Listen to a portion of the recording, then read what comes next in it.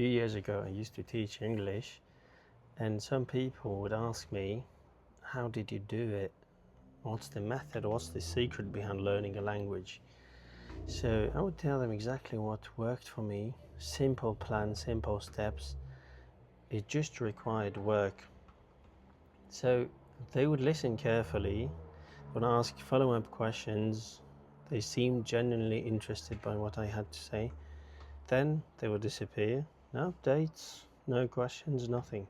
At first I thought the method wasn't good enough. Then I noticed this pattern. The ones who asked never implemented these changes, and the ones who never asked were pragmatic people. I didn't need to. So that's when I understood something that changed how I see people completely from that day on. So someone has a problem and we assume that they want to solve it, so we decide to help. We give them a method, a guide, or a step-by-step way of doing things, and concrete advice on how to sort things. So we expect them to apply it, the situation improves and the problem disappears. So what actually happens is they disappear along with their problems. So they come back with excuses, they ask more questions and disappear again. When people resist the solution, they use almost the same vocabulary, They always say, yeah, but there's reason behind. My situation is different. It's complicated, It's not what you think. I'll think about it. You don't understand, and so on and so on. So every solution creates a new obstacle, and every concrete step gets replaced by a new question. And here's what I eventually understood from that. They were never looking for a solution. They were looking for relief. They wanted to be heard, to be listened to. This is the core of everything. So when someone asks how to learn English, or how to lose weight, or to stay fit or get in shape, fix their finances, change careers, the act of asking already feels like doing something. It proves intention, it signals effort to your brain, it calms your conscience. Once that feeling is created, the pressure drops. So the answer becomes almost irrelevant. And because the question already did the job, and the same mechanism works with complaining. When someone complains and gets understood, friends validate, they show empathy, they agree with you, they feel seen, they feel less alone, and the emotional pressure drops as well in the same way. So here's the biology. Complaining and even just asking for advice triggers the same neural relief system as actually solving the problem. Then the cortisol drops, the nervous system reads the conversation as partial threat removal. So your body genuinely believes that the situation is being handled. So, which is exactly why the urgency to act disappears after. Solving the problem removes the problem. Talking about the problem or asking about it removes some of the pain you feel. These are not the same thing, so they feel almost identical in the moment. And I had a colleague, a co-worker, who spent 5-6 hours on X and YouTube. He had this scrolling addiction. Told him, put a time limit and I'll have the password. And then the excuses started coming, and here and that. So a week later he's gone back to his same old habits.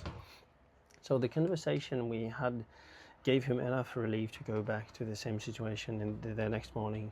He didn't need the solution, he needed the pressure to drop, and it did. My colleague is not an exception.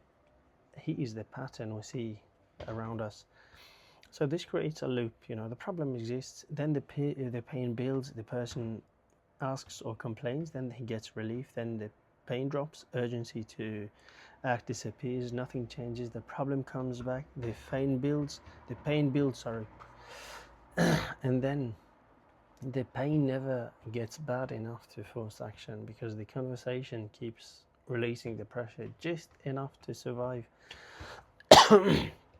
It's like a pressure cooker, you know, with a valve that opens every time you talk about it. The steam escapes, the meal never cooks. So that's not an accident, that's not a mistake, that's a well-built system by the brain. And it works perfectly, not in the way you want. I used to complain about my 9 to 5 job. I still do sometimes, not gonna lie. We all need jobs, and the commute, the routine, the feeling of being trapped. Sometimes talking about it felt better than actually doing something about it.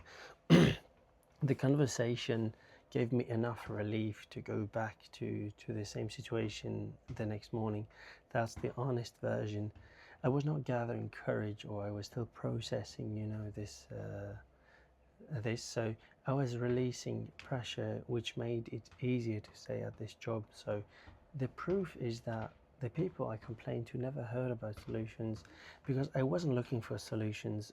In all honesty, I was looking for someone to confirm that my situation was genuinely hard, so that someone would understand, you know. Once it's confirmed, pressure drops, you know, back to normal. So not every conversation is bad, let's be accurate here. Talking genuinely helps when someone needs to process grief, trauma, or a loss. Someone needs a real perspective before a real decision, you know. Someone has never articulated the problem out loud before, for instance, can happen too. So the warning sign in this pattern is the same problem, conversation, the same questions, same excuses. Months, years later, nothing has moved. So if the conversation happening and the situation never changes, the conversation has become the solution for you. So the question isn't, do you know what to do? Almost everyone knows what to do. So the people who asked me about English knew what they needed to do. YouTube, you've got enough videos of English. So the real question is the pain greater than the discomfort of changing? If not, you'll keep asking, you'll keep complaining, and the people around you will keep offering solutions that you will never use in the end, unfortunately. And being heard matters. Having someone listen, believe in you matters as well. So some conversations really move you forward, but there's a difference between a conversation that creates momentum and a conversation that makes you feel comfortable for the time being. The people who asked me about English never came back, not because the method was wrong or because I was a bad teacher, because the question has already been answered to them. So the valve opened, the pressure dropped, the meal never cooked, easy as it is. So if you are still watching this, think about the last thing you asked someone how to do it. Did you do it in the end? Or simply asking was enough?